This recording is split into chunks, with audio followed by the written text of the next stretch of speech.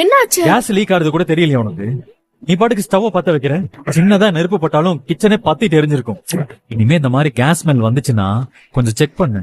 கொஞ்சம் கொஞ்சமா மாறிட்டு வருதுமா. என்னைக்கு சிந்துவ போலீஸ் ஸ்டேஷன்ல வச்சு அடிச்சாங்களோ அன்னைக்கே அண்ணனுக்கு சிந்து மேல பரிதாபம் வந்துருச்சு.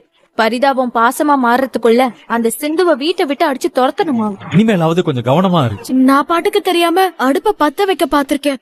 இதெல்லாம் பார்த்து பண்ண கூடாதா? ஒரு செகண்ட்ல நடக்க கூடாததெல்லாம் நடந்திருக்குமே. இனிமே சிலிண்டர் மாத்தணும்னா ஆறுமுக அண்ணன் கிட்ட சொல்லு, அவன் வந்து மாத்தி தருவான். நீயும் கொஞ்சம் கவனமா இருமா. சரிங்க அத்தை, நீங்க ஒன்னும் பயப்படாதீங்க. இனிமே நான் பாத்துக்கிறேன். கிச்சனை பாத்துக்கிற பொறுப்பை உன்கிட்ட தானே நான் கொடுத்திருக்கேன். அத நீயே மாத்திருக்க வேண்டியது தானே. அவ சின்ன பொண்ணு, அவளுக்கு ஒண்ணும் தெரியாது. ஏதாவது ஒன்னு ஆயிருந்தா என்ன பண்ணிருக்க முடியும்? இனிமே நீதான் இந்த வேலையெல்லாம் பாத்துக்கணும். பாத்துக்கிறேன். நல்ல வேலை, இப்ப சிவா இருந்ததுனால சிந்துவ காப்பாத்த முடிஞ்சது. அவன் மட்டும் இல்லன்னா என்ன ஆயிருக்கும்? சிந்துவ நாம பாத்திருக்கவே முடியாது. ஆமா, சிந்து போய் சேர்ந்திருந்தான்னா நானும் நிம்மதியா இருந்திருப்பேன். எல்லாத்தையும் இந்த சிவா பைய கெடுத்து தொலைச்சிட்டானே. சரி வா. இப்போ வயிறு வலி எல்லாம் குறைஞ்சிருக்கா? நல்லா குறைஞ்சிருச்சுமா, இப்ப வலி எதுவும் இல்ல. சரி சரி, இன்னைக்கே நீங்க டிஸ்சார்ஜ் ஆயிடலாம். பிரபு, இவங்க பில்ல கொடுங்க. இந்த பில் அமௌண்ட்ட கேஷ் கவுண்டர்ல கட்டிட்டு டிஸ்சார்ஜ் சம்மரி வாங்கிட்டு என்ன வந்து பாருங்க.